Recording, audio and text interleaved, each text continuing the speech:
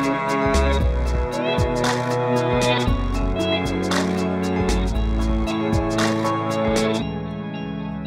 mesdames, mesdemoiselles, messieurs. Bienvenue à cette session extraordinaire du Conseil municipal en ce 20 décembre 2021. Donc, à ce moment-ci, ça me prendrait une proposition pour faire l'ouverture de la séance, proposée par M. Carl Brassard, secondée par M. Yvan Côté. Au point 2, lecture et adoption de l'ordre du jour. Au point 3, excusez-moi, Monsieur Desbiens, donc lecture et adoption de l'ordre du jour, s'il vous plaît. Oui. Alors, au point 1, ouverture de la séance. Point 2, lecture et adoption de l'ordre du jour. Point 3, les sujets à l'ordre du jour. 3.1, présentation et adoption des prévisions budgétaires 2022. Au point 4, la période de questions. Point 5, fermeture de la séance. Une proposition pour accepter l'ordre du jour tel que présenté, proposée par M. Michel Boudreau, secondé par M. Claude Bouchard. Donc, nous serions rendus au point 3, sujet à l'ordre du jour. 3.1, présentation et adoption des prévisions budgétaires 2022. Donc, ça me fait plaisir, ça me fait plaisir de vous présenter au nom du Conseil municipal l'adoption du budget pour l'an 2022. J'en profite aussi en même temps pour remercier les membres du Conseil municipal ainsi que toute l'équipe de l'administration. Tout le monde a mis la main à la pâte là, pour présenter un budget intéressant. Donc, on va voir ça au cours de la séance.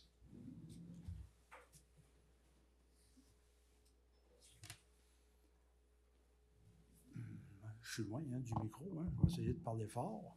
Donc, le budget 2022 a été préparé à partir des données du nouveau rôle d'évaluation. On sait qu'on a eu un nouveau rôle pour 2022, 2023 et 2024.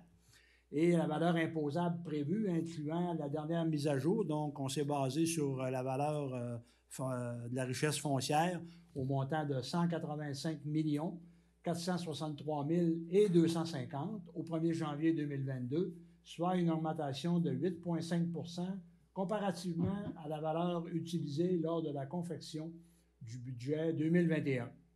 Les ajustements en rôle d'évaluation à la suite de nouveaux permis octroyés en 2019 et 2020 ont permis d'augmenter nos revenus de taxes de 53 500 $ en 2021, soit une augmentation de 2,4 %.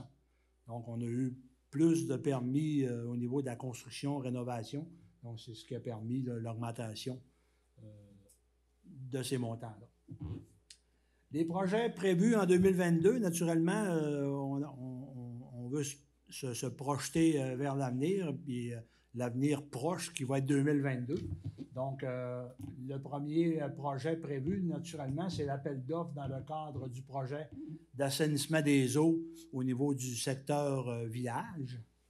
Le deuxième projet, c'est le projet d'assainissement des eaux Mont-Édouard et le suivi de 3 projets domiciliaires aussi là, que nous avons dans nos cartons, pour bien utiliser l'expression. Nous avons aussi l'intention de déposer un projet pour faire la gestion des eaux de pluie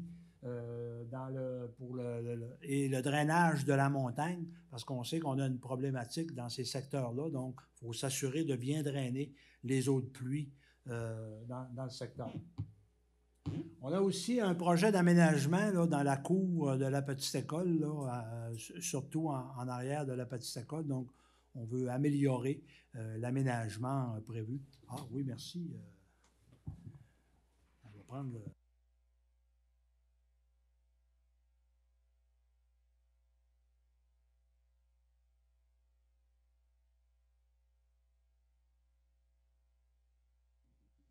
Et voilà.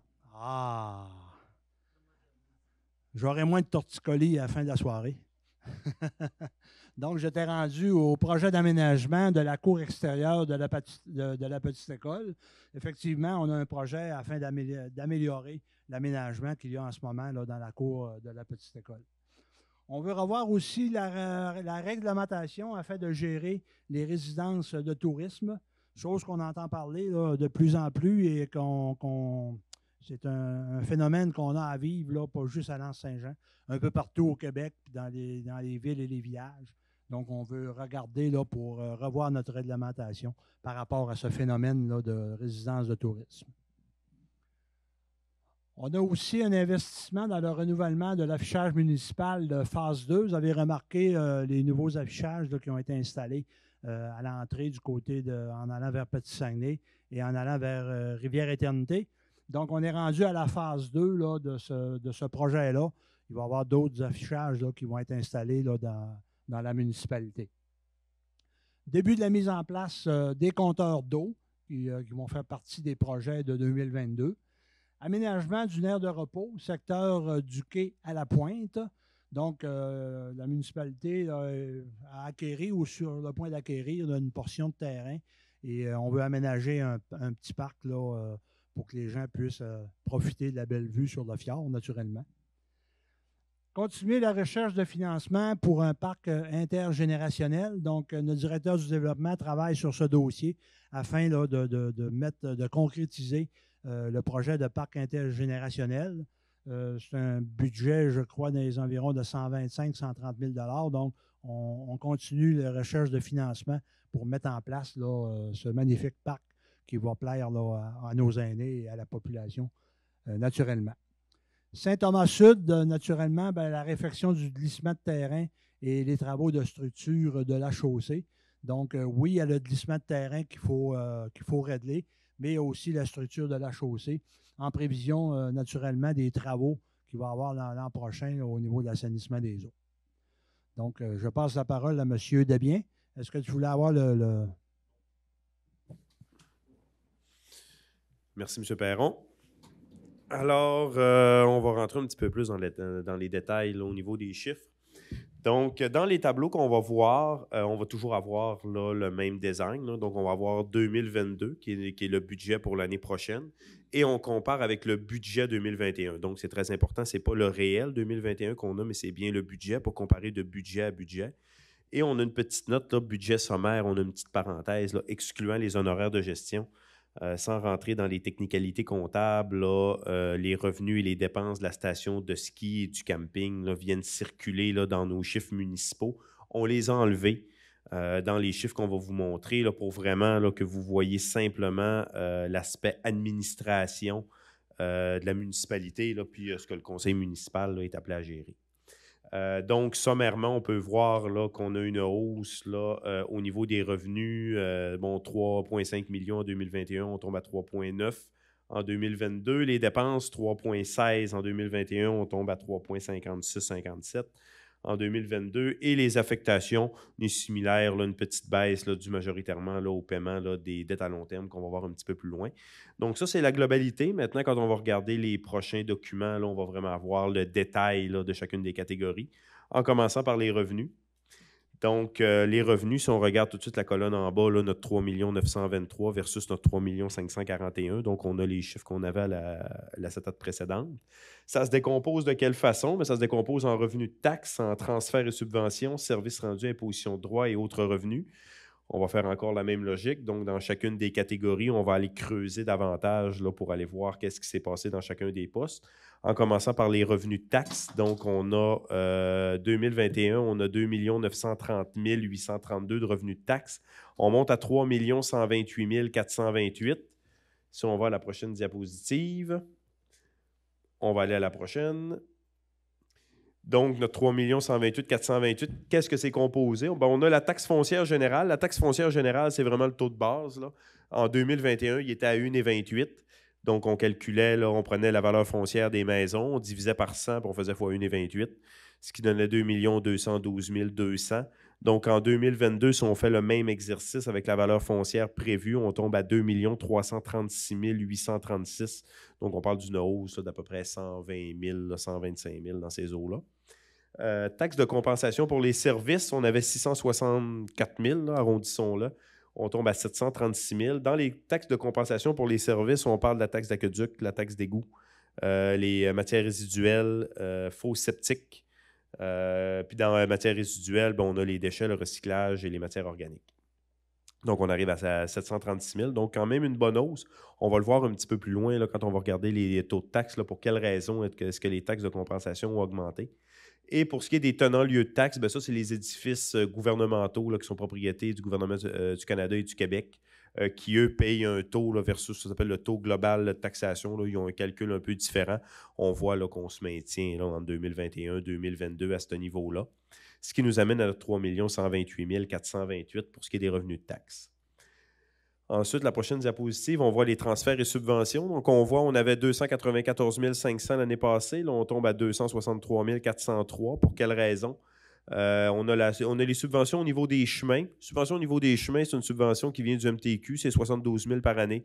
Donc, on voit là, qu'on va avoir exactement, là, on s'attend au même montant qu'on a eu en 2021. Pour ce qui est des terres publiques et des redevances, là, il y a eu le pacte fiscal là, qui a été signé en 2019 pour 2020. Et il y a eu une bonification de ces sommes-là qui sont versées au niveau des municipalités. Donc, on avait un budget de 157 500 en 2021. On passe à 182 403. Donc, on a une hausse quand même appréciable à cet effet-là. Pour ce qui est des subventions diverses, on voit qu'on a une diminution. C'était majoritairement parce qu'une bonne partie du 65 000 en 2021 consistait à la subvention là, pour les salaires pour le coordonnateur des changements climatiques. Le projet étant terminé, c'est sûr que là, on a une baisse au niveau des salaires, mais c'est sûr que là, on n'a plus la rentrée de la subvention. Donc, on tombe à peu près à 9 000. Là-dedans, on vise majoritairement là, des subventions pour ce qui est des formations là, aux employés avec le clé qu'on va essayer d'aller chercher. Donc, ça nous donne un total de 263 403. On poursuit ensuite les services rendus. On avait 183 000. On est mal centré un peu sur notre diapo. On avait 183 000, on tombe à 339. Une bonne augmentation, mais ça s'explique quand même facilement. Si on regarde dans chacun des postes, on voit qu'on est pas mal équivalent. Là. Les locations de salles, l'enlèvement de la neige. L'enlèvement de la neige, ça, c'est Hydro-Québec qui nous paye là, pour une portion là, dans le coin Périgny là, avec le poste d'électricité. Là. Ils nous versent un petit montant là, pour cette portion de déneigement-là. On a des frais d'hiver, on a les quais, essence, c'est la même chose. Et on a un loisir et culture qui vient apparaître là, à quasiment 157 000, t'es à zéro l'année passée. C'est tout simplement qu'à partir de 2022, la municipalité va reprendre les activités et la gestion au niveau de la petite école. Donc, ça fait en sorte que maintenant, on rentre les revenus et les dépenses de la petite école. Donc là, on voit qu'on a une augmentation de revenus de 157 000. Il ne faudra pas se surprendre. Quand on va regarder les dépenses tout à l'heure avec le loisir et culture, on va voir aussi qu'on a une augmentation au niveau des dépenses. C'est normal, on rajoute les revenus, on rajoute les dépenses. Ce qui nous arrive à un 339 925. Si on poursuit ensuite les impositions de droit, donc 79 000 versus 68 500, on voit que la majorité, on a licence et permis, on a augmenté un peu. Là, on a constaté que ça fait 2-3 ans qu'on tourne plus autour de 7-8 000. Fait qu'on s'est augmenté à 7 500. Les mutations immobilières, on s'est grimpé de 10 000. Ça fait depuis 2019 là, qu'on tourne à 90 000, 95 000, même en 2021, là, on s'attend même à 176 000, là, une année quand même record en termes de mutation immobilière. C'est sûr qu'on ne peut jamais vraiment prévoir le nombre de transactions qu'on va avoir sur le territoire, mais l'historique là, signifie qu'on est quand même là, dans une marge de prudence, là, même si on le monte de 10 000 $. Et ensuite, au niveau des divers, ça, c'est pas vraiment important, là, un petit écart de 500 $, ce qui nous donne un 79 000 là, en 2022 versus 68 500 en 2021, majoritairement notre 10 000 de mutation. Au niveau des autres revenus, 112 250 versus 64 358. Amende et pénalités, pas beaucoup de variations. Dans intérêts, on voit qu'on a doublé. Ça, oui, on a des intérêts sur les comptes de taxes, mais on a aussi des intérêts, on a des règlements d'emprunt qu'on est subventionné. Donc, le gouvernement nous paye à chaque année les versements sur ces règlements d'emprunt-là, puis ils nous payent capital et intérêt. Donc, ça, c'est la portion intérêt de ces versements-là. Puis là, on sait qu'on a notre programme Primo pour les plans de vie de l'assainissement des eaux. On a le programme RIRL là, qui a commencé à rentrer pour l'asphalte là, qui avait été fait devant le camping. Plus on a aussi là, le RECIM là, qu'on est en préparation là, pour les travaux là, de la petite école. Donc, c'est toutes des subventions qui vont être payées à long terme. Puis ça, le gouvernement va quand même payer des intérêts. C'est la raison pour laquelle là, ces 3 programmes-là viennent quand même hausser là, de manière significative là, les revenus d'intérêt qu'on va générer. C'est sûr que la dépense d'intérêt va suivre. Là. Et ensuite, vente de terrain, on a mis 0. On n'a plus vraiment de terrain là, au niveau de la municipalité là, qui sont visés là, à être vendus. Donc, quand des fois, il y a un petit bout de terrain, c'est simplement, on va dire, du grévé là, au niveau du budget, mais il n'y a pas de planification précise pour vendre des terrains spécifiques. Pour ce qui est des autres revenus, 2021, on a 47 500, on monte à 80 000. Ça, c'est majoritairement, là, le conseil municipal là, veut... c'est en relation avec le camping de Lens. Donc, le conseil veut que le camping de Lens paye certains frais administratifs qui sont faits pour la municipalité en fonction du camping. Donc, il y a un peu de personnel administratif là, au niveau de la municipalité qui rend des services au camping. On veut maintenant les facturer. Plus, on veut aussi là, qu'il y ait une certaine cote, là, un montant de base là, qui revienne au niveau de la municipalité. Comme c'est une entreprise municipale, là, on veut quand même qu'ils participent là, à l'enrichissement global là, de l'ensemble de la population. C'est la raison pour laquelle là, on a quand même une hausse significative au niveau des autres revenus. Ce qui nous fait donc qu'on passe de 64 000 à 112 250. Donc, si on s'en va à l'autre diapositive, donc là, on vient de couvrir les revenus. Donc, on voit, là, ça vient expliquer là, entre 3,5 et 3,9 millions. Là-dedans, bien entendu, on a notre 157 000 là, qui vient du budget de la petite école, là, que ça, c'est pas vraiment un coût qui est différentiel. Là. Donc, si on enlève le 150 000, là, donc on arrivera à peu près à 700. On a peut-être un 200 quelques mille là, d'augmentation là, en termes de revenus. Maintenant, par la suite, on va aller dans les dépenses. Donc, on peut tout de suite aller à l'autre diapositive. Donc, administration générale. Donc, on voit qu'on a 727 673 versus 701 355 en 2021. On va voir comment ça se décompose à la prochaine diapo. Donc, pour ce qui est du conseil municipal, on voit qu'on a une petite augmentation, là, un peu moins de 3 000. C'est majoritairement là, le 3 % d'augmentation du salaire des élus annuels. Application de la loi, c'est là qu'on voit qu'on a une augmentation un petit peu plus significative. On s'attend là, à payer un petit peu plus là, de services juridiques. On sait qu'on a des projets domiciliaires en cours, on va avoir des ententes avec des promoteurs là, à faire analyser au côté juridique. Il y a aussi un petit peu là, une formation là, qu'on veut faire suivre au niveau des employés là, pour les constats d'infraction. Pas les majeurs, là, mais les mineurs, là, les contrats, les travaux faits sans permis, par exemple, c'est des constats de 300 $ pour qu'on soit capable là, de faire une gestion à l'interne de ces éléments-là. Par la suite, la gestion financière, administration, on voit qu'on n'a pas une grosse variation. Majoritairement, là, la hausse normale là, des salaires des employés. Là, donc, on se maintient là, au niveau de 2021. Évaluation, ça, c'est la quote-part de la MRC. Donc, on voit qu'on a une légère augmentation, à peu près 2 500 $.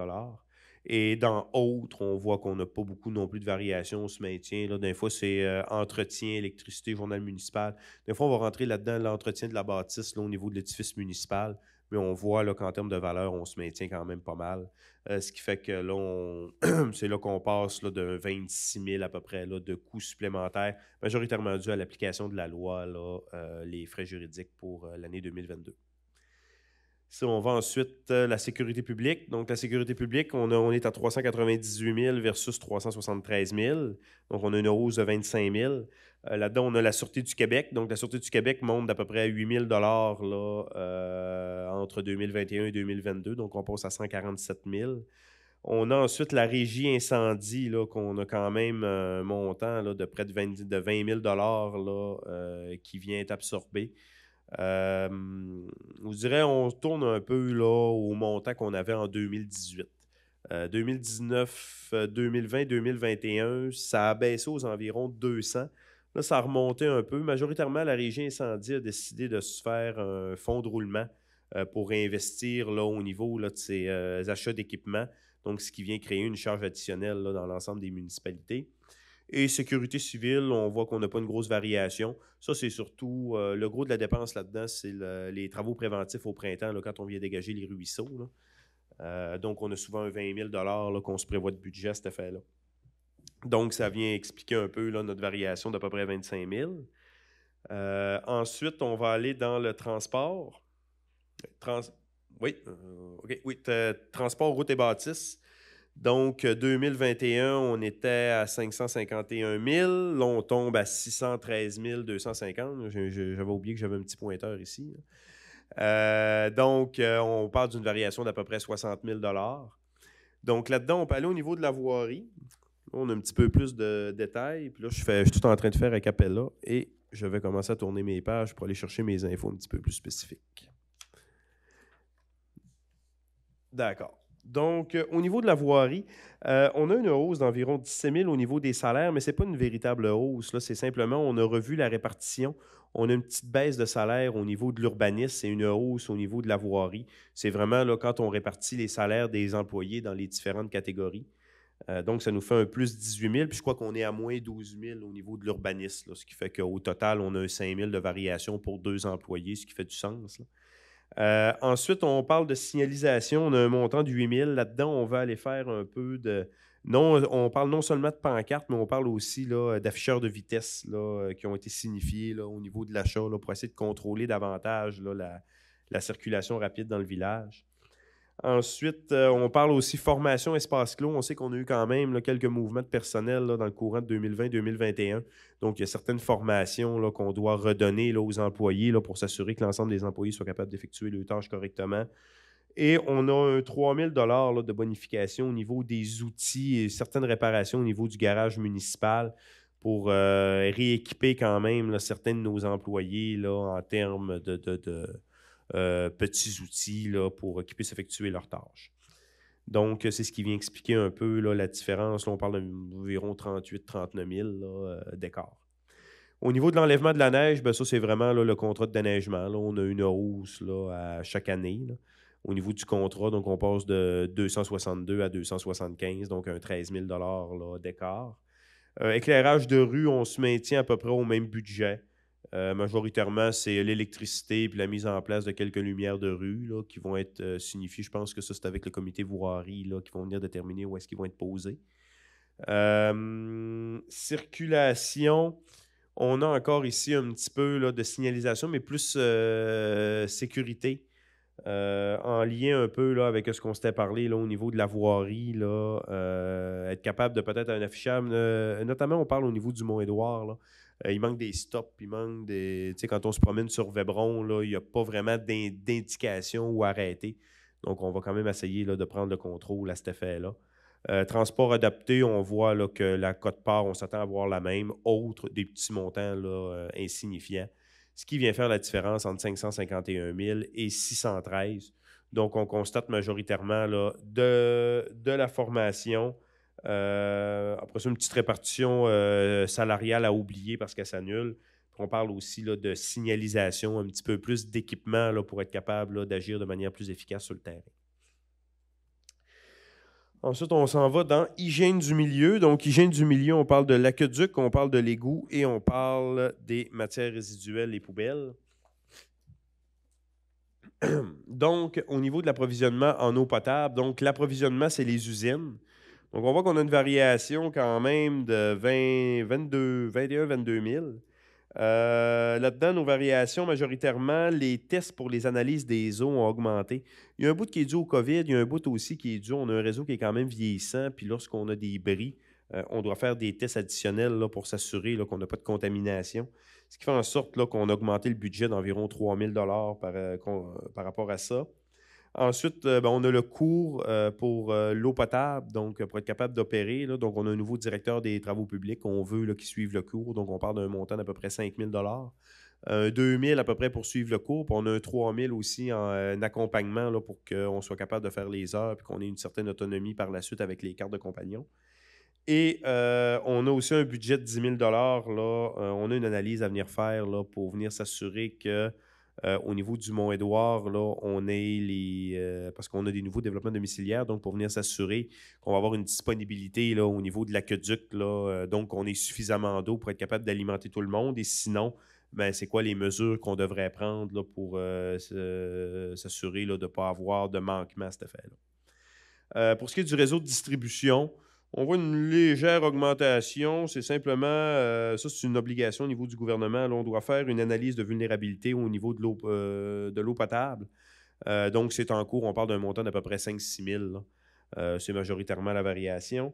Pour ce qui est du traitement des eaux usées, réseau d'égout, encore une fois, ben, on a un montant de 10 000 au niveau des nouveaux développements là, pour quand même faire certaines études. Là. Il y a une volonté là, au niveau du conseil municipal de venir mettre en place là, un système pour traiter les eaux usées. Donc, on se prévoit quand même un petit budget d'honoraires là, pour être certain là, d'être sur nos pattes là-dedans. Excusez-moi.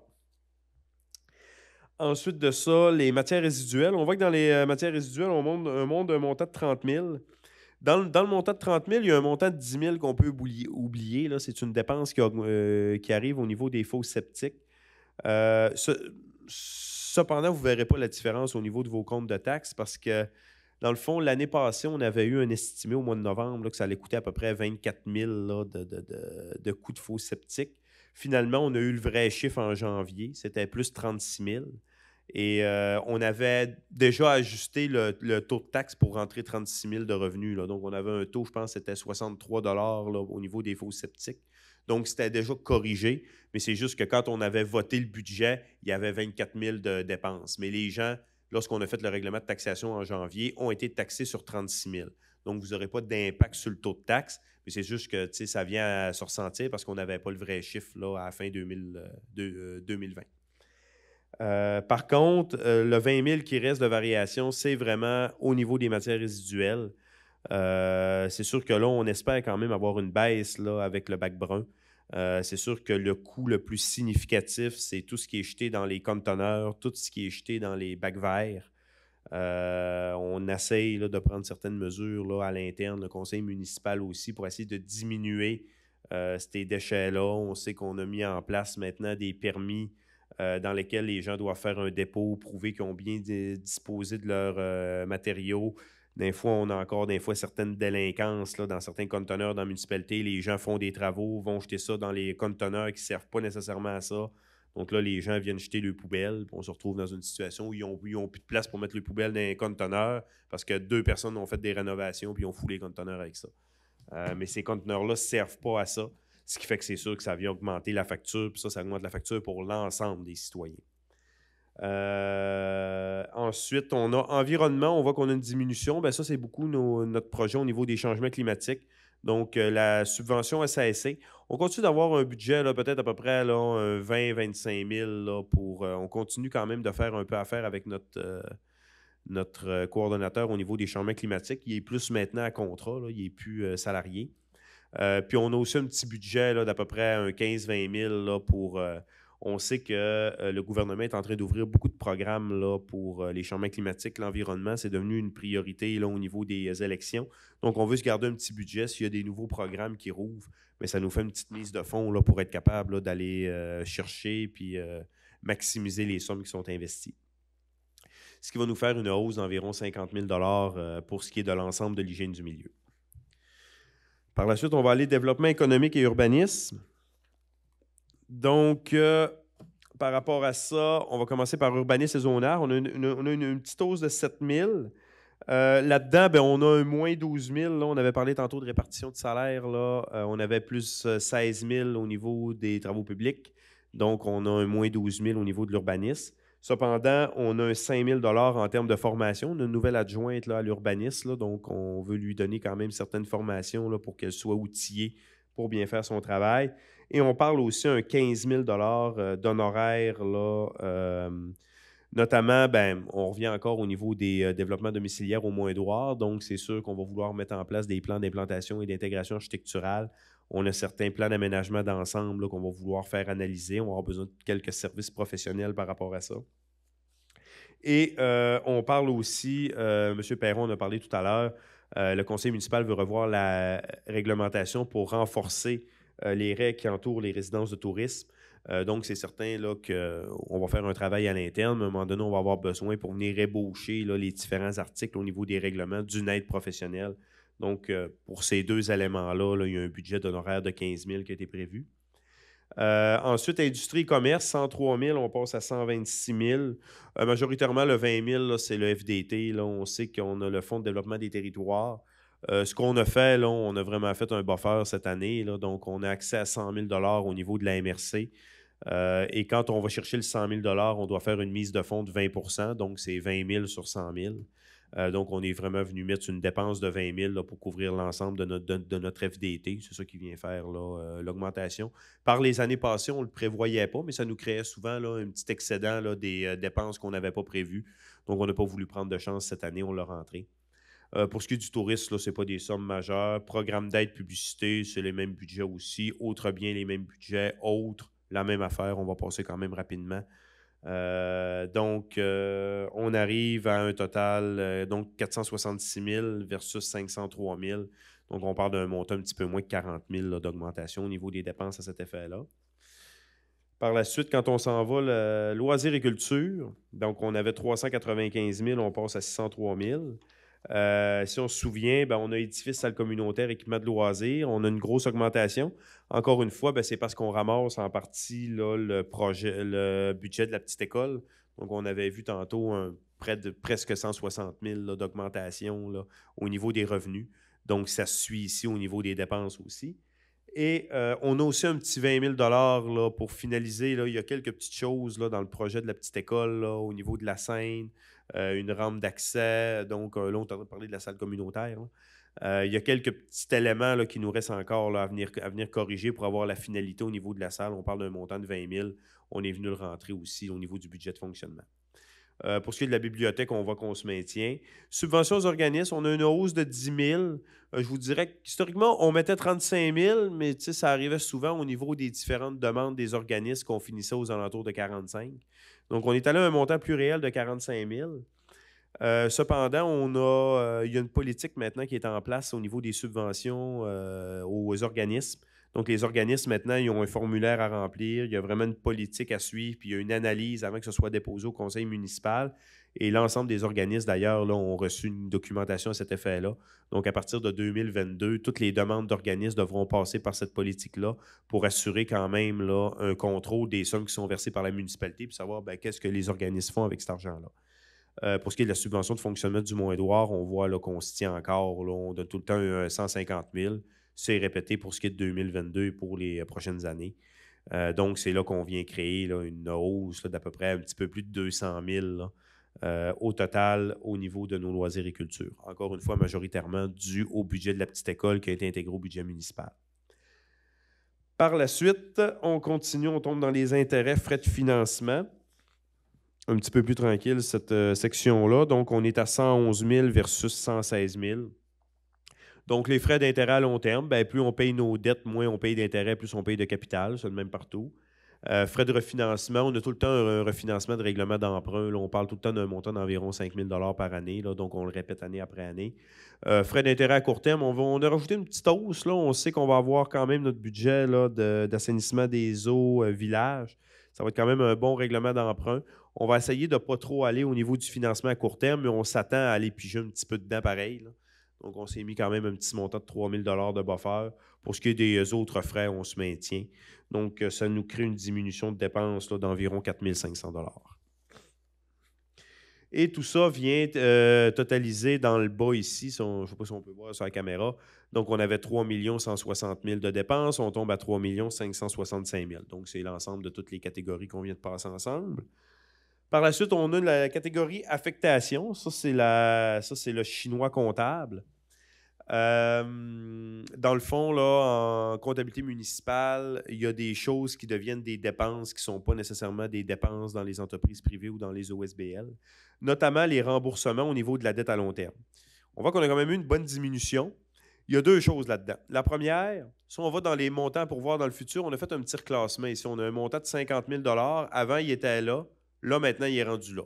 Fait qu'on a déjà un écart de 50 000 qui est expliqué avec l'écart ici. Ici, on monte de 50 000. Ici, on baisse de 50 000. La différence par la suite, on a un montant d'à peu près 55 000. Là. Dans le fond, c'est les règlements d'emprunt de 1996 et 1998 qui ont été finis de payer en 2021. Le règlement de 1996, c'était le déluge. Et le règlement de 1998, c'était la mise en place là, du réseau sanitaire là, au niveau du village. Donc, ces deux règlements qui sont finis de payer en 2021. Donc, on peut dire que le déluge de 96 est officiellement fini de payer en 2022. Donc, c'est ça qui vient nous créer une diminution là, en termes des remboursements de la dette à long terme. C'est sûr que, oui, on a une diminution, mais on s'entend que là, en 2022, on parle d'un projet d'assainissement des eaux village, on parle d'un projet d'assainissement des eaux Mont-Édouard. Fait que c'est sûr que c'est une diminution qui est quand même temporaire. Là. On s'attend, 2023-2024, à revoir là, une hausse là, relativement là, à nos paiements de dette à long terme. Pour ce qui est des réserves, ça, c'est des montants qu'on a de côté qui servent à payer les dettes. Donc, on voit là, qu'on monte un petit peu année après année, mais c'est quand même assez stable. Affectation, fonds de surplus, ce n'est pas des sommes majeures non plus. On va passer. Investissement, même le fonctionnement. Mais ça, c'est tout simplement quand on fait des projets à long terme d'investissement, on peut les mettre dans des règlements d'emprunt, les payer sur plusieurs années. On peut aller les chercher dans des fonds ou on peut les affecter à même le budget de l'année. Donc, il y a un montant, là, pas nécessairement de 30 000 mais pas loin, qui va être affecté à même le budget 2022 pour payer certains projets qu'on va voir un petit peu plus loin. Donc, on voit au niveau du total des affectations, on avait en dépenses 381 000. On vient diminuer, on tombe à 358 000. Donc, c'est une diminution des dépenses au budget par rapport à ce poste-là. Ici, on a un tableau qui résume un peu. Donc, dans la première colonne ici, ça, c'est tout le budget de ce qu'on vient de constater. Ça balance à 0. Par la suite, on a une colonne ici, ça, c'est l'investissement. Donc, ça, c'est toutes les dépenses qu'on va faire à long terme. On va avoir une petite diapo tantôt, on va voir le détail de ces chiffres-là. Ensuite, on met nos organismes contrôlés. Donc, ça, c'est le Mont-Édouard puis le camping, là, leur effet un peu en revenus puis en dépenses. Et ensuite, on tombe là, avec un total de budget. Donc, dans le fond, là, ce qui est sous contrôle le budget de fonctionnement de la municipalité, on est juste un petit peu en bas de 4 millions. On parle d'un budget là, de dépenses en termes d'investissement de 765 000 si tout est réalisé en 2022. On parle d'1 330 000 si on rajoute les organismes contrôlés. Et ça nous amène à un budget là, d'environ, si je prends le total ici en haut, de 5,8 millions. Là, on commence à approcher le 6 millions là, si on va avoir le global de la municipalité avec tous les organismes contrôlés. Sinon, on parle davantage de 4 millions si on prend juste le fonctionnement annuel. Si on va à l'autre diapositive, là, on va commencer à voir les projets d'investissement. Donc, ce que M. Perron parlait tout à l'heure. Donc, dans les différents projets d'investissement, on a, premièrement, on a la climatisation et génératrice.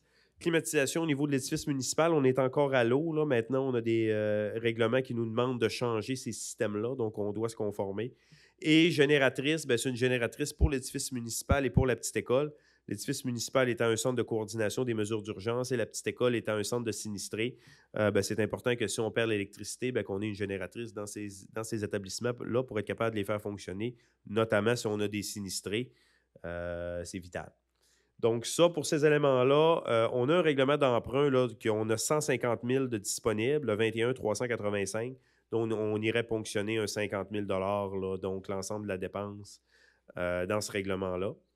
La cour extérieure de la petite école, on parle d'un montant de 27 500. Là-dedans, c'est entièrement payé par subvention. Là, on a une subvention de Desjardins pour le faire. Donc, il n'y a pas de coût citoyen pour cet élément-là. Étal quai municipal. On sait qu'au niveau des haltes gourmandes, là, on veut vraiment travailler l'aspect des étals le long du quai pour faire ça plus invitant, plus pratique.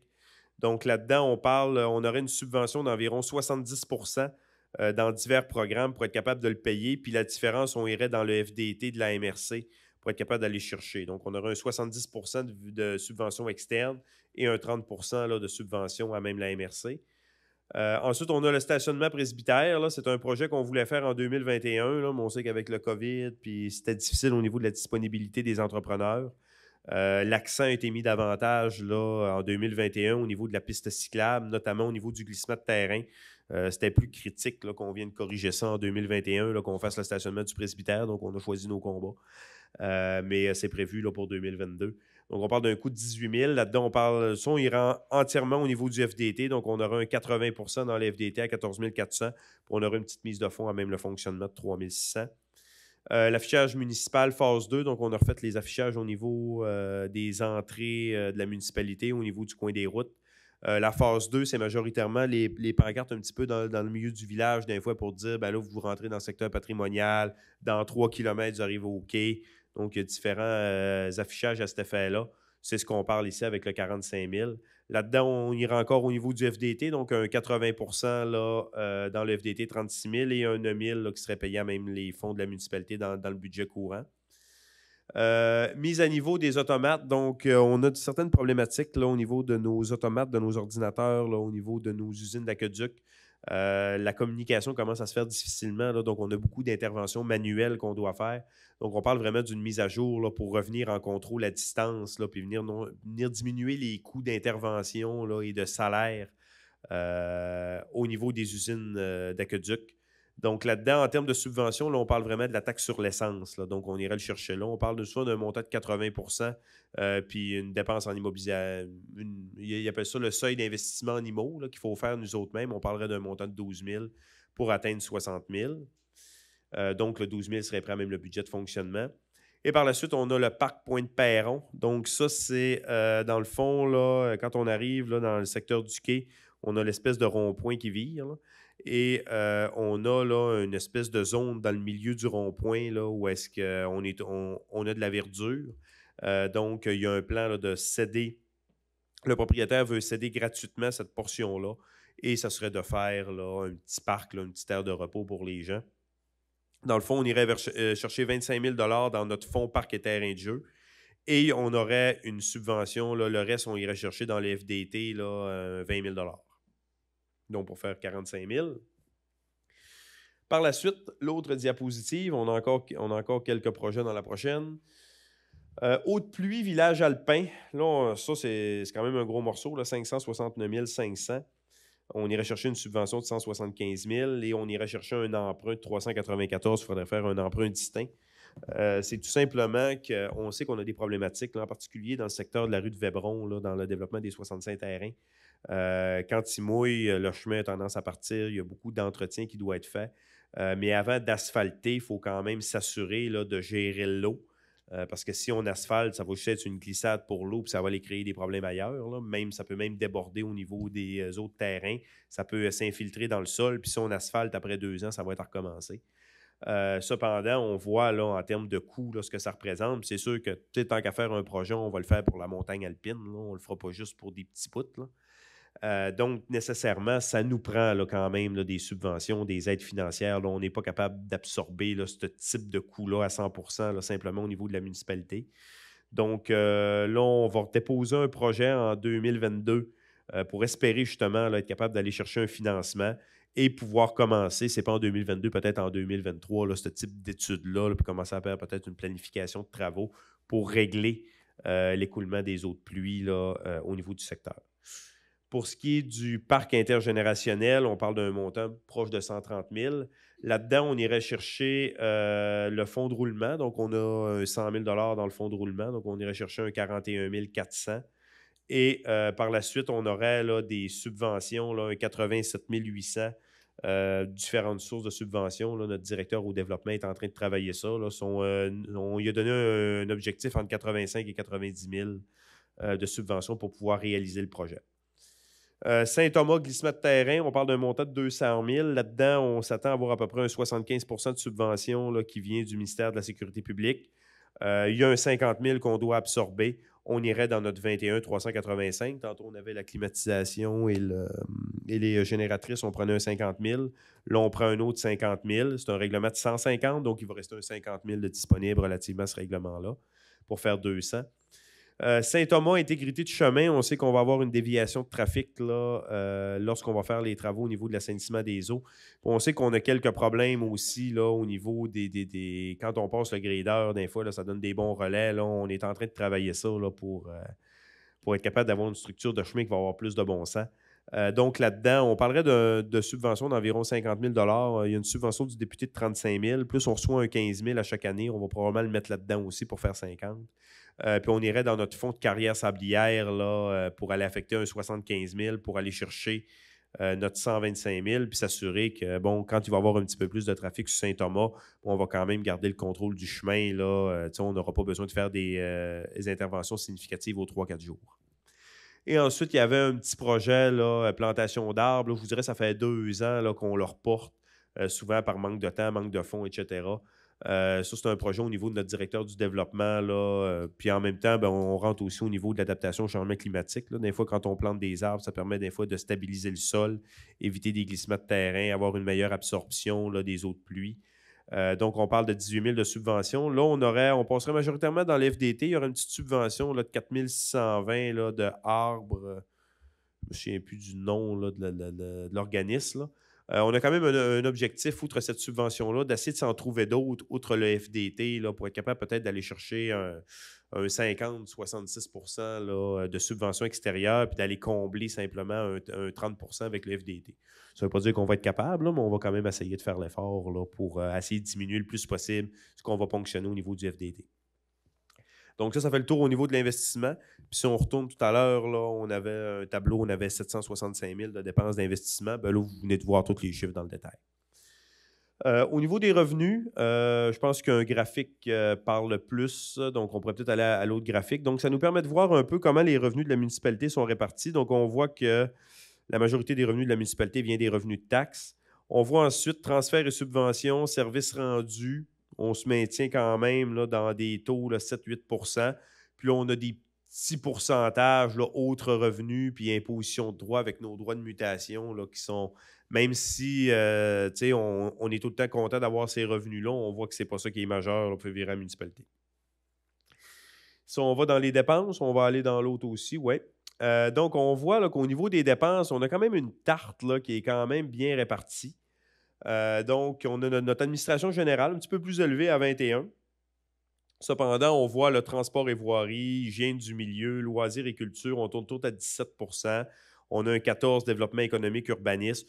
11 % sécurité publique. Là, on parle de la police puis du service incendie. Puis là, on a un petit pourcent après ça, là, un 3 % là, intérêt, frais de financement. Là, c'est sûr que ça, ce n'est pas l'élément qui est majeur là, en termes de dépenses. Donc, on voit qu'on a quand même une répartition équitable là, de l'ensemble des fonctions municipales là, au sein de la municipalité. Si on va ensuite à l'autre, donc là, on commence à rentrer là, dans les éléments qui nous intéressent, à savoir est-ce que ça va nous coûter plus cher ou moins cher de taxes en 2022. Donc, en 2021, on avait un taux de 1,28. Donc, avec le budget qu'on vient de vous présenter, le conseil municipal a été en mesure de diminuer le taux de taxe à 1,26. Donc, on parle d'une économie là, de 2 sous pour ce qui est de 2022. Ça, c'est pour le taux de taxe foncière. Donc, oui, OK. Et ensuite, si on va au niveau des taxes de compensation pour les services, ça, autrement dit, c'est les frais fixes qu'on paye. Ça, peu importe la valeur de votre résidence, vous payez ces frais-là. Donc, vous voyez qu'au niveau de l'aqueduc, on avait 275 en 2021, on passe à 225 en 2022, donc une diminution de 50 $ là, par compte de taxes. Par contre, au niveau de l'égout, on vient chercher une augmentation de 25 $. Je vais faire les autres, puis je vais revenir sur ces points-là. On va rester sur l'acétate un petit peu plus longtemps. On voit qu'au niveau des ordures, recyclage, les matières organiques, les faux septiques, on a gardé les mêmes taux. Là, donc, ça, on n'a pas de variation. Là, on est pas mal en équilibre là, avec ce qu'on doit payer. Au niveau de l'aqueduc et de l'égout, qu'est-ce qui se passe au niveau de ces variations-là? Bien, c'est tout simplement, ça, ces frais-là, ça sert à payer le fonctionnement. Donc, autrement dit, le temps des employés pour les usines d'aqueduc, le dégrilleur au niveau de l'égout, les FIR au niveau du Mont-Édouard. On parle aussi des tests, analyses d'eau potable, le chlore. Donc, c'est tous les frais de fonctionnement annuels qu'on doit payer. Des fois, dans les comptes de taxes, en particulier au niveau du secteur alpin, ils payent l'aqueduc, ils payent de l'égout, mais ça, c'est pour les infrastructures. Lorsque l'usine a été mise en place, lorsque la tuyauterie a été mise en place, mais outre l'infrastructure, après ça, il faut payer un fonctionnement là, annuel. Et ce qui a été relevé, c'était que historiquement, depuis 2008, le secteur alpin n'était pas facturé pour le fonctionnement au niveau de l'aqueduc et au niveau de l'égout. Donc, la décision qui a été prise en 2022, comme c'est du fonctionnement et qu'eux profitent du service aussi, maintenant, là, c'est de leur charger ces frais de fonctionnement-là. Ce qui fait en sorte que quand on arrive au niveau de l'aqueduc, le 275 au niveau de l'aqueduc, on était vraiment dans le taux réel des dépenses. Donc là, comme on se retrouve à avoir plus de gens qui vont payer, bien, nécessairement, les gens qui payaient le taxe d'aqueduc dans le secteur village, bien là, vont voir le taux baisser parce que là, on est plus de gens à payer le même niveau de dépenses. Donc, c'est sûr que dans le secteur alpin, les gens qui ont l'aqueduc maintenant vont avoir une hausse de 225 $ qui va apparaître sur leur compte de taxes. Cependant, les gens du village qui, eux autres, payaient 275 vont avoir une économie là, de 50 $. Ils vont passer à 225. Pour ce qui est de l'égout, ben ça, c'est le village. Au niveau là, du dégrilleur, on parle aussi au niveau du coin des routes. Et on parle des 65 terrains au niveau du FIR. Donc, les 65 terrains ne payaient pas le 125 $ non plus. Là, ça ne leur était pas chargé. Donc, la même logique qu'au niveau de l'aqueduc, ça va leur être chargé maintenant à compter de 2022. Cependant, on voit qu'on n'a pas d'économie, là, même si on rajoute du monde. C'est tout simplement parce que l'égout, Je pense en 2018, là, quand on a fait le budget 2019, on était à peu près à 55 $. Puis le taux réel qu'on devait être était aux alentours de 160-165 $. Donc, il nous en manquait beaucoup. Et les conseils municipaux, dans le passé, donc 2019, 2020, 2021, il y avait une hausse graduelle, pour ne pas faire une grosse hausse là, dans une année. Et là, on est encore aux environs de 165-170 $ en 2022. Mais là, dû à l'intégration du FIR, là, on tombe à un taux là, réaliste qui tourne autour de 135. Fait que là, on voit que le 125 commence à être beaucoup plus réaliste au niveau là, de l'absorption des dépenses de fonctionnement de l'égout. Mais c'est sûr que, bon, on n'en a pas encore assez. Donc, c'est pour ça que le 25 $ rentre là, au complet là, en termes d'augmentation. Ça, on va voir par la suite le prochain tableau. Donc, on se fait une petite simulation. Donc, si on avait une résidence évaluée à 150 000, qu'est-ce que ça donnerait? On est allé dans les principaux secteurs. Là. Donc, le secteur village. Donc, ici, le secteur village, on parle des gens là, qui sont plugués à l'aqueduc et à l'égout. Donc, en 2022, on avait, mettons, une résidence de 150 000 payait 2 643 de taxes. Maintenant, elle va passer à 2 587. Donc, on parle d'une économie de 56 $. Pour ce qui est de Périgny, on était à 2 247, on passe à 2 217. Là, ici, on met Périgny, mais je vous dirais, tous les gens qui ne sont pas plugués à l'aqueduc et à l'égout et qui ne sont pas au Mont-Édouard sont dans cette situation-là. Donc, si vous avez un puits et une fosse septique puis vous n'êtes pas au Mont-Édouard, ça, c'est la catégorie qui vous parle. Donc, on parle d'une économie d'environ 30 $ là, relativement à ça. Pour ce qui est secteur Mont-Édouard, Génolac, le début de Vébron, on avait 2437, on passe à 2625, donc on a une hausse de 188 $. Les autres, dans le fond, viennent ramasser le 225 $ d'augmentation au niveau de l'aqueduc. Cependant, il y a un certain règlement d'emprunt. Ça, on va le voir là, dans les 3 sections du Mont-Édouard. Il y a quand même beaucoup de nouvelles constructions qui se sont faites en 2020 et en 2021. Puis ça, c'est venu monter la valeur foncière. Parce que ces gens-là payent aussi des règlements d'emprunt relativement à leur taxe foncière. Et là, comme il y a plus de gens pour payer le règlement d'emprunt, le coût qu'ils vont avoir à payer sur leur compte de taxe diminue. Puis on a aussi le 2 cents de diminution là, au niveau du taux de base, ce qui fait qu'ils n'ont pas une augmentation de 225 flat, ils sont à 188. Pour ce qui est du secteur Mont-Édouard-Bassin, là, on descend un petit peu plus, on s'en va plus du côté de Valence. On parle d'un montant de 153,47 d'augmentation. C'est sûr que ça, c'est des prévisions. Là. C'est sûr, si vous êtes plugué à l'aqueduc, si vous n'êtes pas plugué au niveau d'un réseau d'égout, si vous êtes, il y a quelques petites variations, là, mais en règle générale, on parle d'un montant de 153 $. Et pour ce qui est du secteur Mont-Édouard, développement municipal, on parle d'une hausse de 132. Et pour ce secteur-là, c'est quand même bon parce qu'eux ont le 225 d'aqueduc, plus ils ont le 125 d'égout. Donc, on parle d'une augmentation de 350 $. Et on voit que le développement, c'est pas mal finalisé. Il y a eu beaucoup de hausse de valeur foncière, ce qui vient faire en sorte que le 350 $ se transforme plutôt en hausse de 132 $. Et ça, les hausses que vous avez ici, comme ça vient toucher les valeurs foncières, plus votre valeur foncière est importante, plus ces écarts-là diminuent. Si on va voir une résidence à 250 000, donc on voit le secteur village, on a une économie de 76, le secteur de Périgny, une économie de 50. On voit le secteur Mont-Édouard, Genolac-Vébron, là on est rendu avec une hausse de 168 $. Le secteur Mont-Édouard-Bassin, une hausse de 102 $. Et on voit que le secteur Mont-Édouard, développement municipal, là, on est rendu pratiquement équivalent, là. Donc, ce secteur-là, on lui charge des frais fixes de 350 $ de plus, mais dû à la hausse de valeur foncière, dû aux nouvelles constructions et dû à la diminution du taux de base, ça lui crée une baisse de taxes dans d'autres catégories. Puis au final, là, pour une maison, donc on peut s'attendre à une maison là, évaluée là, en haut de 250 000 là, dans le secteur des 65 terrains. Normalement, là, on ne devrait pas avoir une grosse variation. Peut-être même qu'on pourrait aller chercher une diminution du compte de taxes là, pour ce qui est de 2022. Donc, ça fait le tour au niveau du détail des chiffres. Je redonne la parole à M. le maire. Merci, M. Desbiens.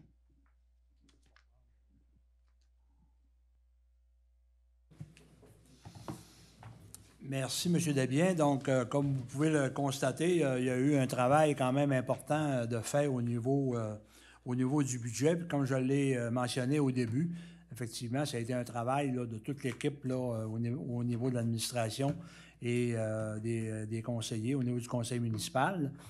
Et j'en profite pour remercier tout le monde là, de ce travail-là. Ça nous a permis quand même là, de pouvoir diminuer le taux de base de 2 sous. Donc, c'est un beau début. On espère pouvoir continuer cette baisse ou ce maintien-là du taux, naturellement. On va travailler fort. Souvent, on a tendance à couper dans les dépenses là, quand on veut équilibrer des budgets, mais on s'est donné comme mandat de regarder où est-ce qu'on ne pourrait pas aller chercher des revenus supplémentaires, ce qui nous permettrait de moins couper dans les dépenses puis d'aller chercher plus de revenus. Donc, c'est un exercice qu'on va possiblement faire là, en 2022, de faire vraiment, là, comme on l'a mentionné, on a fait quand même une analyse là, dans le temps qu'on avait pour la préparation du budget avec les élections qui ont eu lieu au mois de novembre. Donc, en 2022, on aura l'occasion de faire une analyse plus exhaustive là, de nos finances au niveau de la municipalité.